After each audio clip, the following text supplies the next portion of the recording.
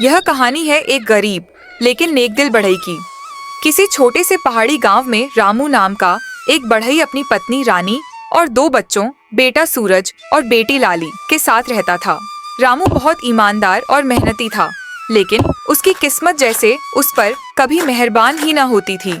हर सुबह रामू लकड़ी काटने जंगल जाता और रात तक मेहनत करता, लेकिन फिर भी घर का चूल्हा मुश्किल से जल पाता।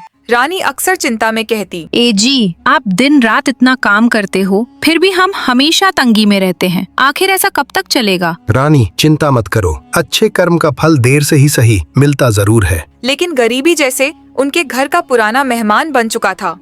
एक दिन गांव के महाजन भैरव लाल रामू के घर आया। सेठ ने हंसकर कहा, रामू, 2 महीने से कर्ज का ब्याज नहीं दिया। अब और देर हुई तो मैं तुम्हारी छोटी सी झोंपड़ी भी ले लूंगा। 1 महीना, सिर्फ 1 महीना, वरना घर पर कब्जा कर लूंगा। रामू हाथ जोड़कर बोला, सेठ जी थोड़ा और समय दे दो, मैं कोशिश कर रहा हूँ। रामू दुखी होकर चुप रह गया। उसने यह बात अपनी पत्नी को भी नहीं बताई ताकि वह और परेशान न हो। एक दिन जंगल में पेड़ काटते समय रामू को एक घायल तोता मिला। उसका पंख टूटा हुआ था। रामू उसे अपने घर ले आया। रानी और बच्चे मिलकर उसकी देखभाल करने लगे।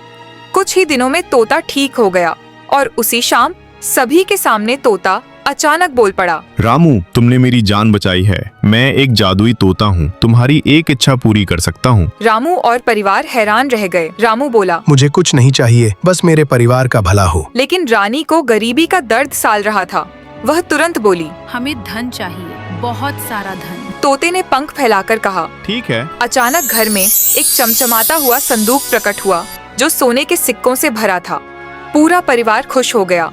रामू ने कर्ज चुकाया, नई झोपड़ी बनाई और गांव में लोग उनके अमीर होने की बातें करने लगे। धीरे धीरे रानी की लालच बढ़ने लगी। वह रोज तोते से और सोना मांगती। रामू भी घमंड में आ गया। अब गांव के गरीब लोग जो पहले रामू को सम्मान देते थे, वही लोग उससे दूर दूर रहने लगे।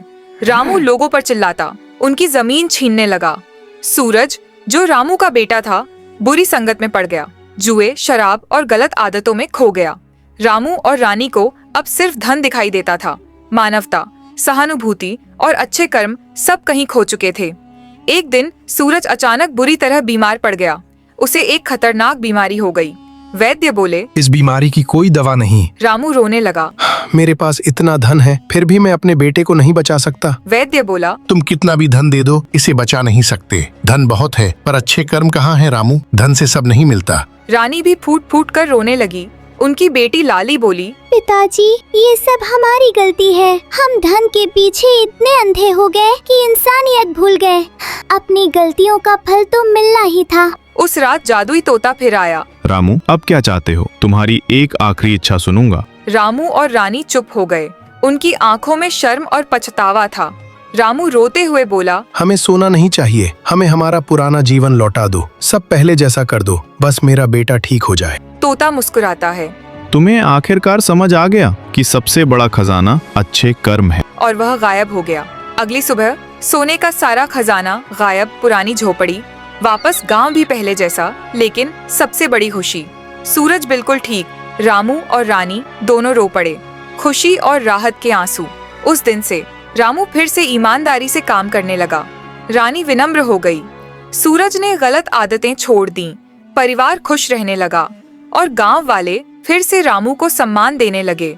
जीवन में धन जरूरी है, पर इंसानियत और अच्छे कर्म उससे कहीं अधिक कीमती हैं। जो धन अच्छा कर्म करके नहीं मिलता, वह अंत में दुख ही देता है।